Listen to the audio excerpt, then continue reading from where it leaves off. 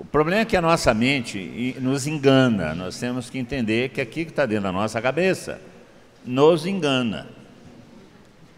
A gente não pode confiar na nossa cabeça, sobretudo na cabeça delas, viu?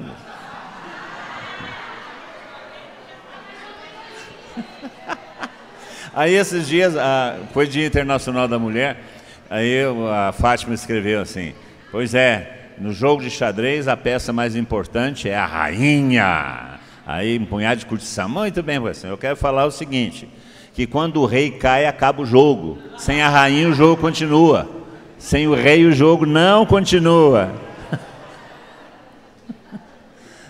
Pode ser a mais poderosa, mas o único que é indispensável é o rei. Sem o rei não tem jogo. Bom, então nós temos que tomar cuidado com a nossa cabeça. Acabaram de falar sobre isso. Eu estava andando, veio uma pessoa na minha frente, veio em minha direção e depois sumiu. O que será isso? Aí eu respondi assim: é o anjo. Aí a pessoa me perguntou: do mal ou do bem?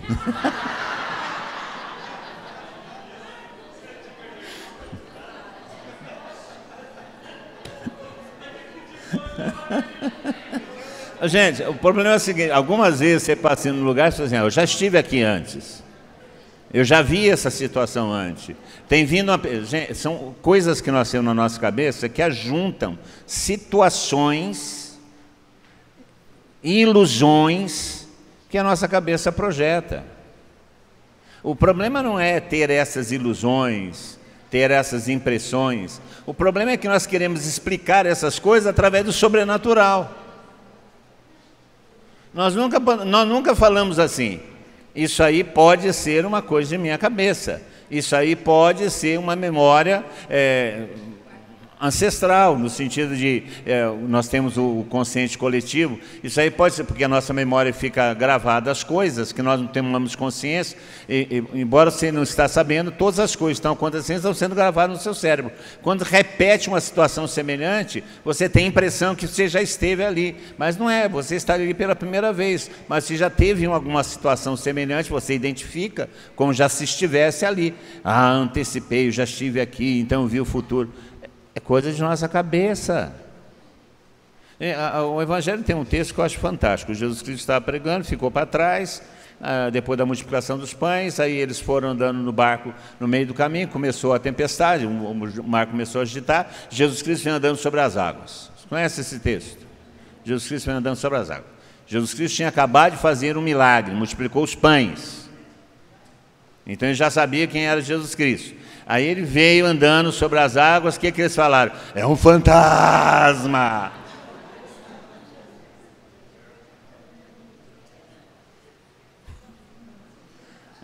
Esses somos nós.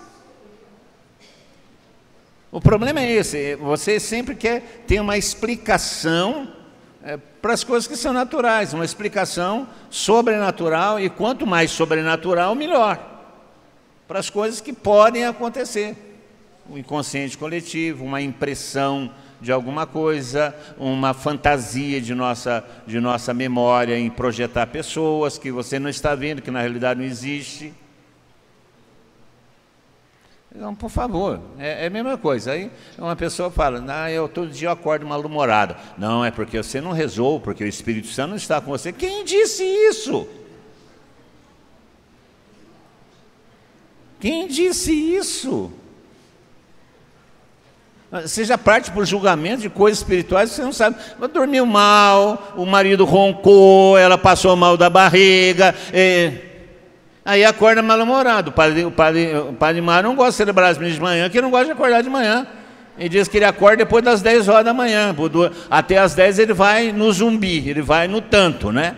Porque tem que acordar cedo, porque tem missa mesmo para celebrar. Mas é do organismo, é da natureza da pessoa, é do metabolismo. Não, porque não rezou, porque o Espírito Santo não está, porque... Quem disse isso? Aí uma pessoa dessa vai atender na casa. Aí a pessoa vem e fala: todo dia que eu acordo mal-humorado, tá vendo? Você precisa rezar, é o espírito mal. Aí a coitada que vem buscar a cura sai desgraçada.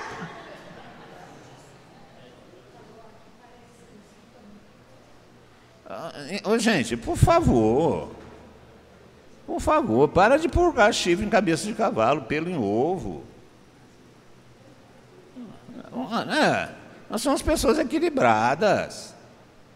A cada momento, uma vez, quando eu fui ao Chile, uma senhora estava no carro, nos dirigindo, no carro, aquele trânsito de Santiago, aquela loucura de Santiago, no trânsito, e ela dirigindo.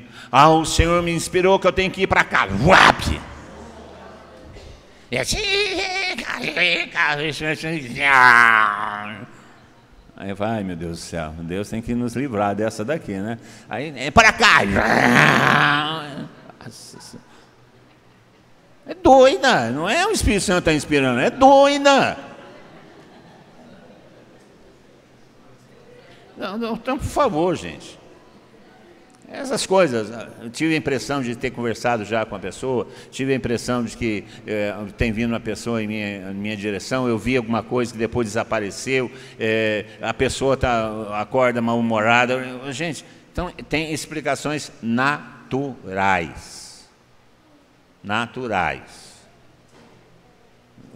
Senão nós estamos vivendo um mundo mágico, um Harry Potter da vida, os animais fantásticos. Nós vivemos num mundo natural. Você está entendendo? É a busca do mágico, do extraordinário. Enquanto a fé é coisa racional. A vivência cristã é para homens. Quero falar uma coisa para vocês, prestem atenção. É um segredo que eu vou contar para vocês ficarem sabendo.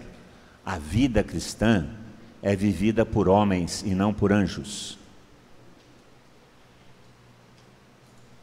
E homem é natural, não é angélico. Tá bom? E isso é importante que a gente entenda. Senão nós vamos viver numa ilusão religiosa. Vendo o diabo em tudo quanto é lugar, vendo o anjo em tudo quanto é lugar, vendo o fantasma em tudo quanto é lugar. E achando que tudo são projeções, manifestações de anjos, demônios e Deus. Quando na realidade nós somos chamados a viver uma vida na história, inserido numa história, numa cultura, com procedimentos racionais e inteligentes. E a fé não exige de nós nada mais do que a adesão ao projeto de Jesus Cristo, que é viver essa vida como Ele viveu.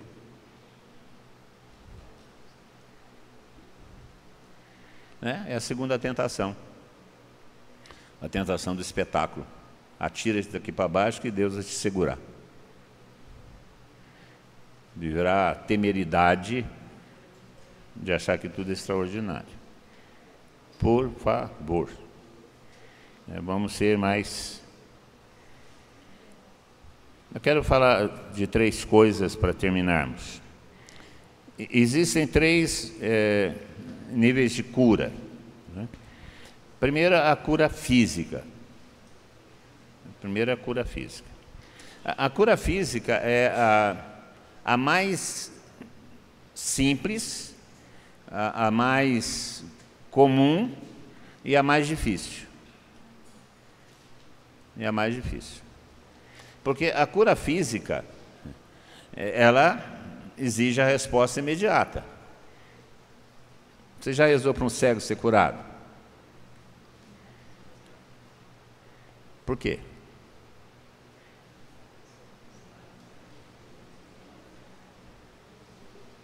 Por quê? Você já rezou para uma pessoa que tem câncer ser curada? Já. Por quê? Porque o câncer curado você não vê. E o cego curado você tem que ver. Então, na realidade, você não tem fé para rezar para câncer. Porque você não tem fé para rezar para a cura de um cego.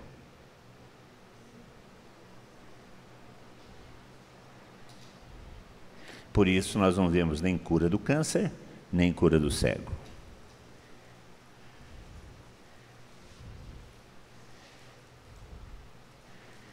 Entenderam? Porque nós achamos que as coisas escondidas são mais fáceis. as coisas às claras são mais difíceis. Qual que é a diferença?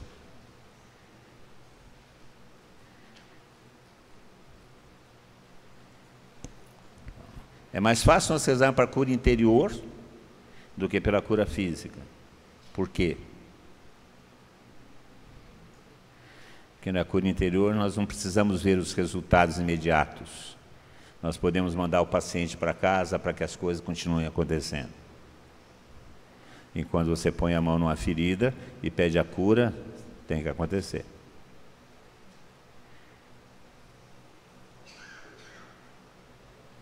Então o nosso problema é um problema de fé. Se creres que essa montanha sai daí, se tiveres fé do tamanho de um grão de mostarda, e falar para essa árvore, sai daí e transporte para o mar, ela vai.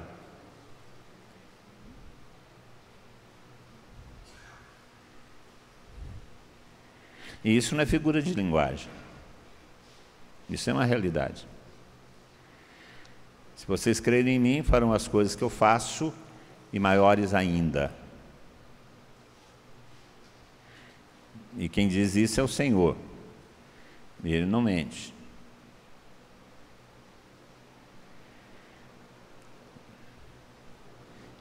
Primeiro, a cura física é a mais simples, a mais fácil, mas é a mais difícil, porque ela é a que exige uma maior adesão ao projeto de Deus que nós chamamos de fé. Porque as outras a gente pode disfarçar a nossa descrença. Gente, e essas coisas são uma coisa muito interessante. Eu já contei essa história, eu vou contar de novo, mas sempre serviu para mim. Uma senhora me procurou no grupo de oração para que eu rezasse por ela, que ela tinha uma ferida no peito do pé do tamanho de uma moeda. E aquilo estava muito feio, porque mostrava até os tendões, era um câncer de pele que tinha se aprofundado no peito do pé dela. E pediu que eu rezasse para ela a cura. E eu fiquei com nojo daquela ferida, ela pediu que eu colocasse a mão naquela ferida, e fiquei receoso de acontecer. Aí coloquei a mão na cabeça dela, cabeça, pé, tudo é corpo, reza aqui, funciona aqui. Pá.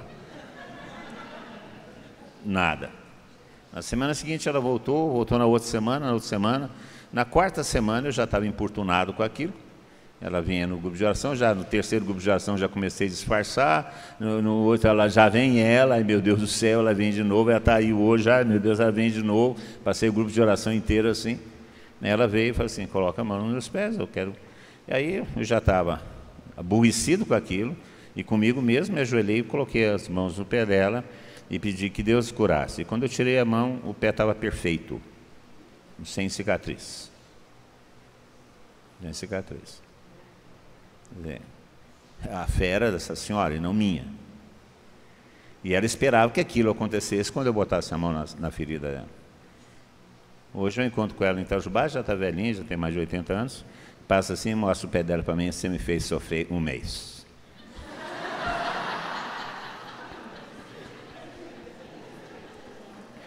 Ainda tem que escutar isso.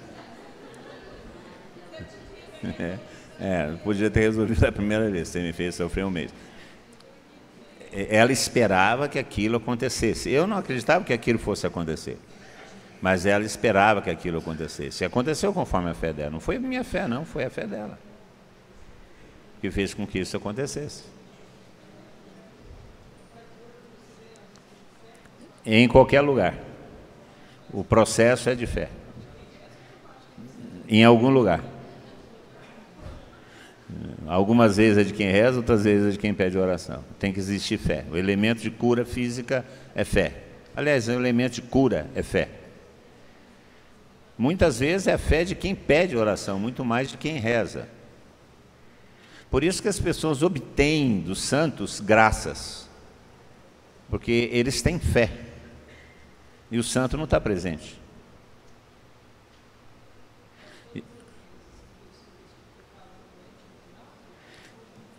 Algumas vezes, em alguns lugares, ele realizou poucas curas porque não existia fé. Está lá no Evangelho de Marcos. Realizou poucos milagres na sua região porque não existia fé. Falta de fé. Agora, todos que se aproximaram de Jesus Cristo com fé foram curados. Todos. A cura física é a mais tranquila, a mais simples, mas é a mais difícil porque é a que exige realmente uma fé expectante, que acredita que aquilo vai acontecer. Que aquilo vai acontecer. Então, esse é um tipo de cura. Outro tipo de cura é a cura interior.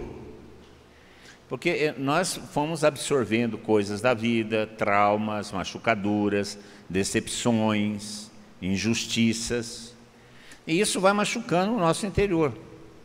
Machuca mesmo, são feridas emocionais, afetivas, psicológicas, que nós carregamos em nossa vida.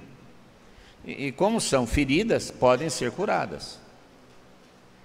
Essa oração é um pouco mais complexa, mas nós a realizamos com mais facilidade, porque ela não exige um efeito ou um resultado imediato, uma prova imediata. Embora algumas vezes a cura física aconteça no dia seguinte. Eu me lembrei agora de uma cura que eu vi em 74, porque foi no Congresso Nacional de 74, Padre Grandes que estava pregando, um sacerdote que tinha um problema de calcificação na coluna vertebral, ele não conseguia fazer esse movimento, ele ficava o tempo inteiro numa cadeira de vime, mais ou menos deitado, porque ele não conseguia fazer esse movimento, era calcificação na coluna. O Padre Grandes rezou por ele, ele sentado na cadeira, e ele voltou para o quarto, lá em Itaici, sem acontecer nada. Não aconteceu nada, absolutamente nada com ele. E no dia seguinte nós fomos tomar café, o padre veio correndo pelo corredor. Olha só o que aconteceu durante a noite, agora eu consigo amarrar meu sapato, eu consigo pular, e pular, virar a cambalhota. Ele foi curado durante a noite, mas de qualquer jeito o efeito físico foi evidente, visto, evidente. Agora, a cura interior é uma cura do interior, dessas machucaduras. A mão de Deus, o amor de Deus é colocado nesses lugares e cura. E aquele trauma, aquela machucadura, aquela decepção não produz mais o efeito doloroso ou o comportamento que provocava. Embora a lembrança permaneça ali, porque nós não apaga a memória, mas a memória daquele fato não causa mais a dor e o problema que causava anteriormente. Estão entendendo? Vocês podem ver meu dedo aqui, ó. Esse dedo aqui então, está rachado no meio. Porque quando eu era moleque, eu fui chupar cana. Aí meu pai me deu o canivete dele. O canivete do meu pai é aqueles canivete... Sabe aqueles canivetes que pica fumo, descasca laranja? É o canivete do meu pai. Aí eu fui cortar a cana assim, na hora que eu fiz assim, o canivete entrou no dedo e separou o dedo em dois, assim, com a banda para lá e uma banda para cá. Aí meu pai pegou, puxou o lenço do bolso dele. Você já viu lenço de bolso de roceiro, né? O fumo misturado com dinheiro dentro, misturado, aquele negócio todinho, tudo, ele tirou aquilo ali, pegou, puxou, rasgou um pedaço do lenço, enrolou no meu dedo, falou assim: agora você faz xixi aí para poder curar. Aí eu peguei, fiz xixi no meu dedo, e está aqui o meu dedo até hoje. Não apodreceu, não caiu, não deu teta, não tomei, nada, ficou direitinho, curou. Eu não sinto mais dor, meu dedo funciona, mas ele continua com a cicatriz. E eu sempre que eu olho para ele, eu me lembro do dia, do fato, da hora, aonde que foi, o que eu estava fazendo. Eu não perdi essa memória, mas isso não me dói mais. E nem me causa mais espanto, porque eu fui curado. Isso acontece com a nossa alma. Nosso espírito, nosso interior é machucado. Aí quando Deus cura, fica a cicatriz, é lembrança, mas não causa mais dor. Isso é cura interior. E a cura interior é feita com oração, com palavra de ciência. É um pouco mais simples, e não é mais simples, é mais complexo, mas é mais fácil de fazer, porque nós não vemos não se exige, então nós temos mais facilidade de fazer essa oração. E que a gente deve fazer, gente? Rezar pelos nossos filhos, rezar pelos nossos amigos, rezar pelo nosso esposo, pelo nosso marido, e as pessoas que vêm nos procurar. Agora, a oração de cura interior para as outras pessoas exigem duas coisas: exigem sigilo e discrição. Você não tem que ficar especulando a vida das pessoas. O que aconteceu, quem é que fez, quando que foi, como que aconteceu, o que ele fez, como estava, onde... Isso não interessa. Isso não interessa. Eu estou machucado, estou ferido, estou traumatizado, eu queria que rezasse pelo meu coração. Reza, não precisa ficar especulando na vida, não. Discrição, sigilo.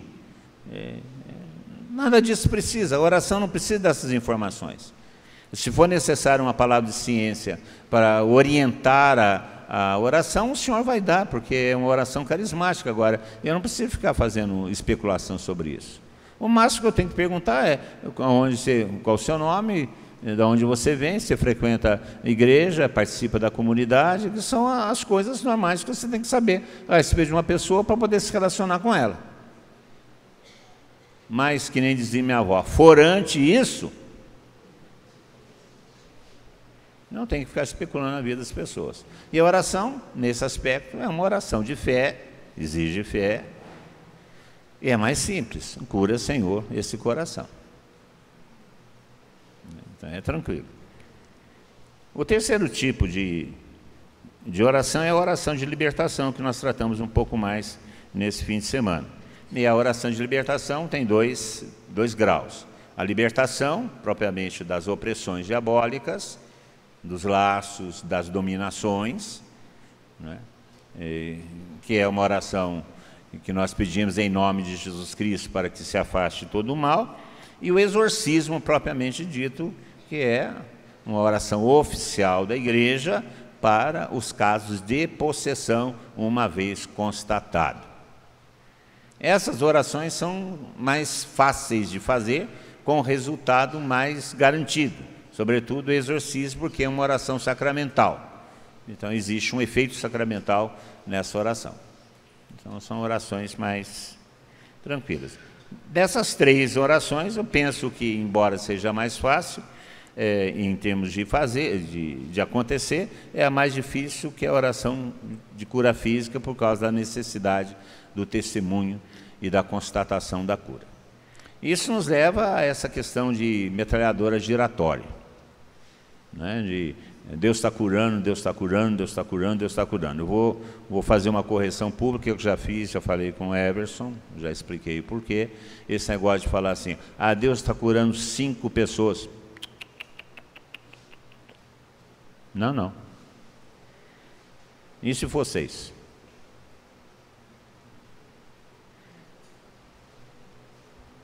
Não existe isso. Você pode ter a impressão no seu coração que Deus está curando 5 pessoas, mas você não pode restringir o universo de ação do Senhor. E se a pessoa que fala, levanta 5, e ela também sentiu um impulso, fala assim: mas já levantaram 5, então estou fora.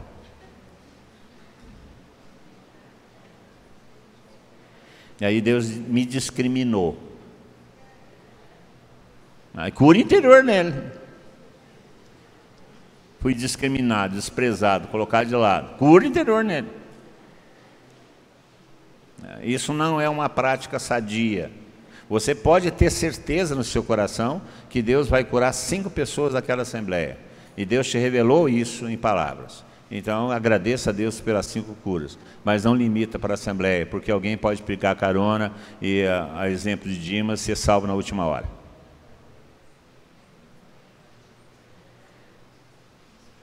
Tá bom? Pega a rebarba. Então, isso não é uma prática boa. Essa metralhadora giratória que se faz de vez em quando, Deus está curando, Deus está curando, Deus está curando, tem que existir testemunhos de cura, porque senão você invalida a palavra. Aquele dia que o Ralph Martins estava aqui, e aquele menino de Santa Catarina, o Celso Dereste, que é muito amigo da gente, pegou o microfone e começou essa prática que é comum na renovação no Brasil. Deus está curando, Deus está curando, Deus está curando. Na hora do café, o Ralph Martin estava apavorado. Ele falou assim, esse menino é um irresponsável. Falou para nós, esse é um irresponsável. Eu perguntei para ele, por que, Ralph? Ele falou assim, porque ele falou um monte de cura e eu não vi nenhum testemunho. Não vi nenhum testemunho de que aquilo tinha de fato acontecido. Porque a cura física exige a manifestação do testemunho. Ou na hora, ou que seja no dia seguinte, mas existe. A pessoa que seja curada, ela tem que voltar para não invalidar a palavra. Então, cuidado com esse negócio de metralhadora giratória. Se você tem certeza de uma cura, proclame a cura e peça o testemunho. E peça o testemunho. Porque senão a palavra fica invalidada. Gente, porque é uma questão muito simples, já falei isso também outras vezes, vou lembrar. Nós somos aqui mais ou menos 150 pessoas. Então nós temos 300 possibilidades de problemas no cotovelo. Nós temos 2 cotovelos. Nós temos 150 possibilidades de problemas no estômago. Temos 300 possibilidades de problemas no pulmão. Temos 150 possibilidades de problema no coração. Temos 300 possibilidades de problemas nos olhos. Temos 300 possibilidades de problemas no ouvido. Temos 1.500 possibilidades de problemas nos dedos.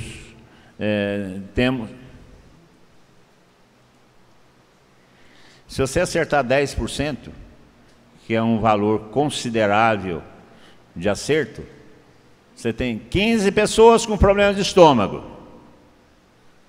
Tranquilo. Você tem 15 pessoas com problemas de estômago. Sobretudo depois do almoço.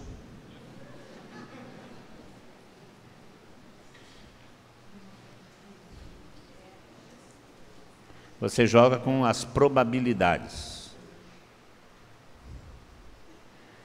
Então, a metralhadora giratória é uma coisa que você tem que tomar um certo cuidado. A palavra de ciência de revelação de cura, ela existe, acontece, já vi, já aconteceu comigo, e quase todos nós temos experiência disso, mas nós temos que ter um critério de discernimento mais afinado. Para não ficar um showzinho e simplesmente uma coisa que acaba caindo no descrédito. A cura física, a cura interior e a libertação.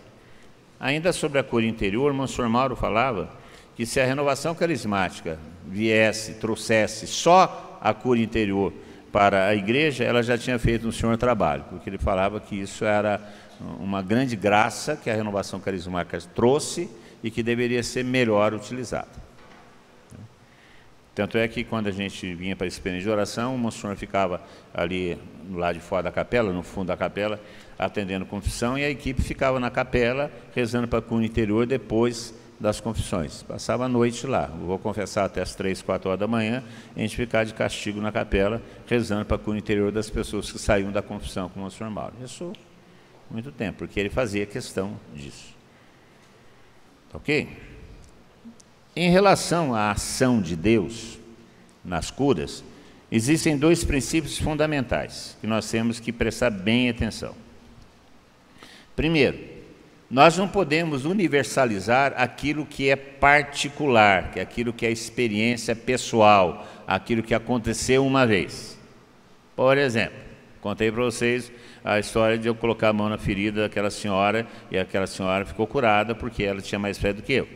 Isso não quer dizer que toda vez eu tenho que botar a mão na ferida.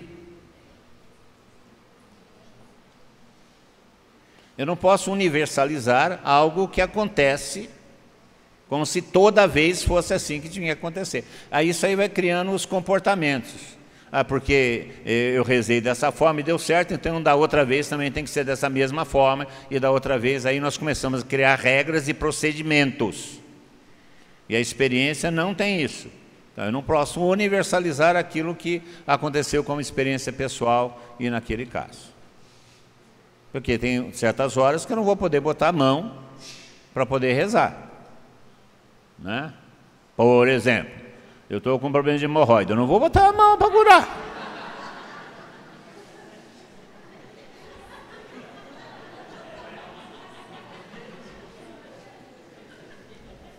É uma coisa óbvia. Então reza na cabeça e funciona embaixo, tudo bem.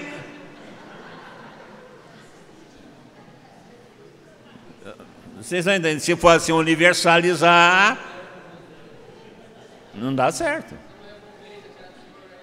Pois é. O Dom Ricardo que contou uma história que um senhor levou a mulher dele no médico para consultar, e daqueles roceiros bravo, armado, um homem forte, e aí entrou no consultório junto com a esposa. Falou: não, minha mulher não fica sozinha com o homem fechado no quarto. Então ele entrou. Aí o médico já viu aquele sujeito, ficou com medo, falou assim: minha senhora, aonde que está doendo? Ela falou assim: aonde faz o filho. Ai, meu Deus. E um homem lá, aonde fala assim: eu tenho que colocar a mão onde está doendo, minha senhora, onde está doendo, onde faz o filho. Ai, meu Deus do céu, agora vai ficar complicado. Fazer uma consulta ginecológica aqui com esse homem vai dar um tiro em mim. Então, minha senhora, mostra para mim onde está doendo. Em nome do Pai, do Filho. Você já estava pensando o quê?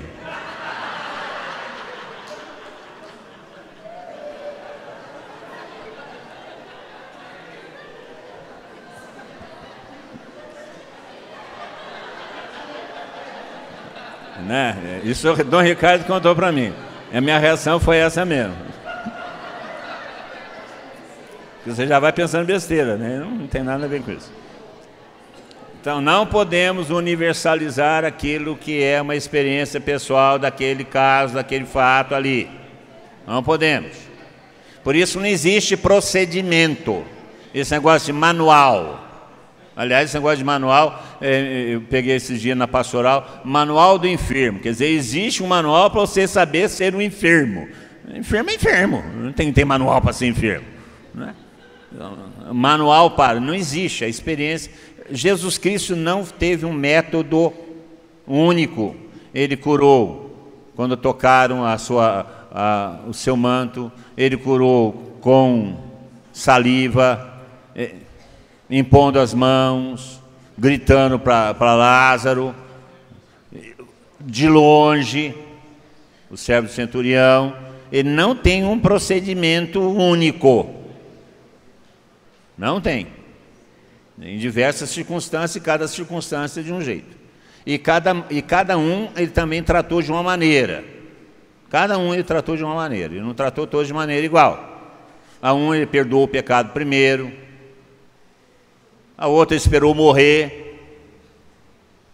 Cada um ele teve um tratamento. Então nós não podemos universalizar e criar regras. A única coisa que a gente sabe é que no processo de cura tem que haver fé. Tem que haver fé nesse processo. Isso que a gente sabe. Segundo princípio fundamental. Vou falar bem baixinho para vocês não se esquecerem. Não tentem ensinar a Deus fazer as coisas. Deixa Ele fazer do jeito dele, que eu acho que é o melhor jeito. Porque nós temos a mania de querer ensinar a Deus a fazer as coisas. Eu quero isso, mas eu já vou falando para Deus como é que Ele deve fazer. Primeiro faz isso, depois faz aquilo, cura isso, aquilo. Não ensine a Deus, não queira ensinar a Deus. Não queira justificar Deus para as pessoas. Não queira. Deus tem o seu processo.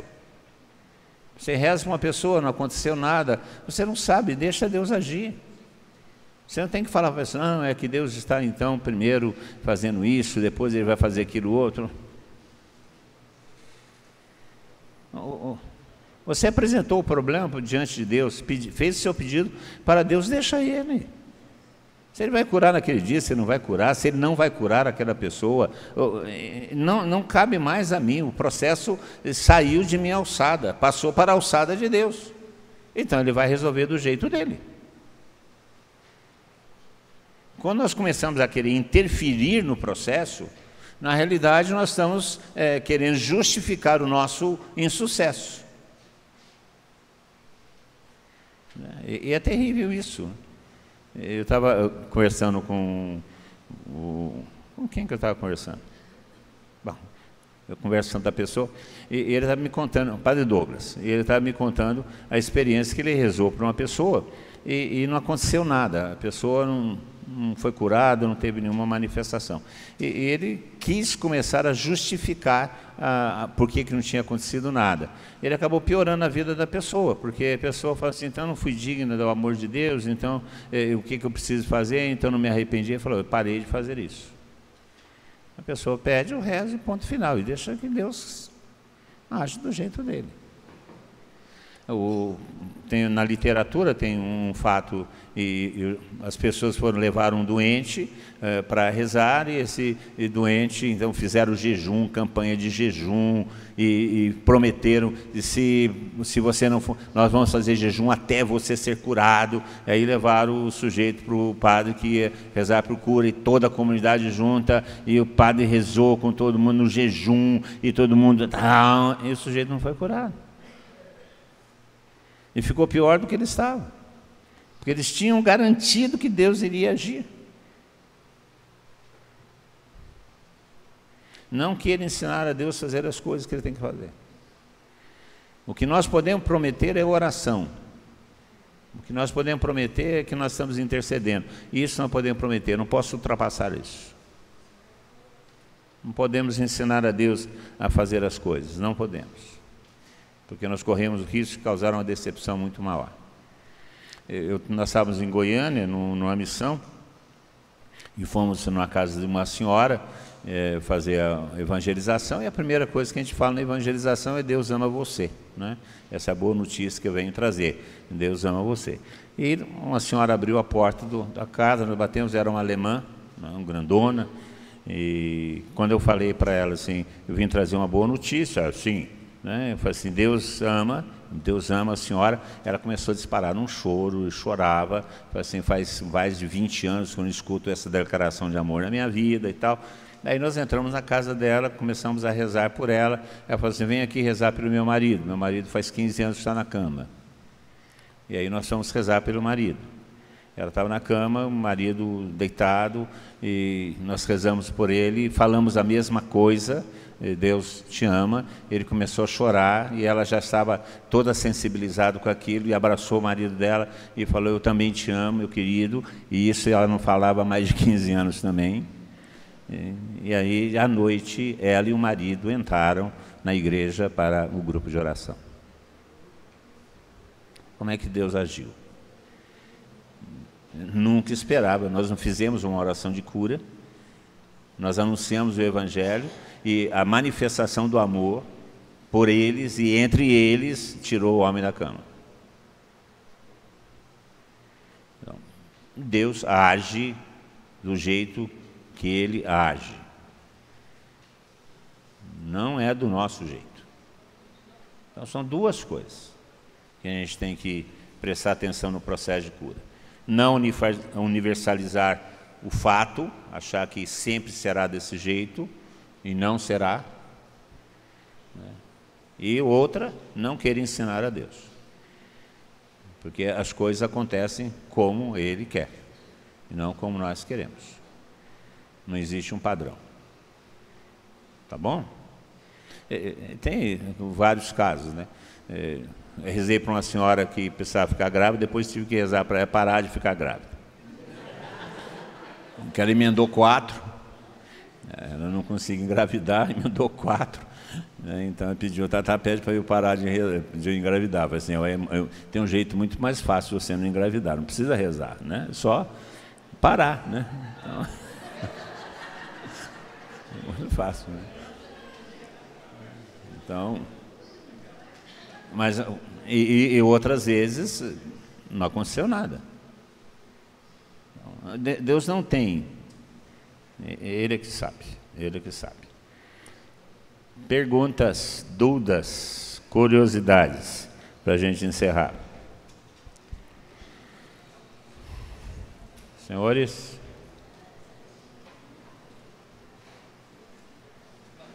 Tranquilo? Tranquilo? Tá bom. Valeu a pena?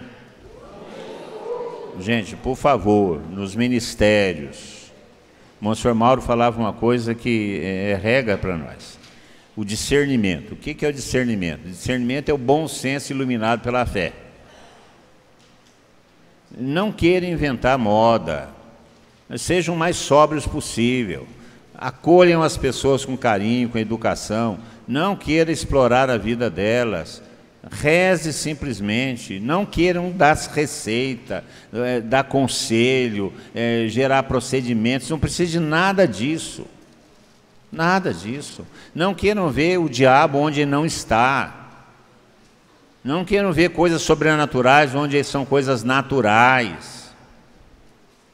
Por favor. Não queiram antecipar as coisas. Façam o seu tempo. Nós temos que ser pessoas sóbrias. Agora, esse encontro, volto ao que eu comecei a falar ontem, esse encontro foi motivado por nosso processo de evangelização. Vão começar a aparecer mais casos de libertação. Vão acontecer, vão começar a aparecer, por causa do processo nosso de evangelização. O que fazer? O enfrentamento que nós falamos.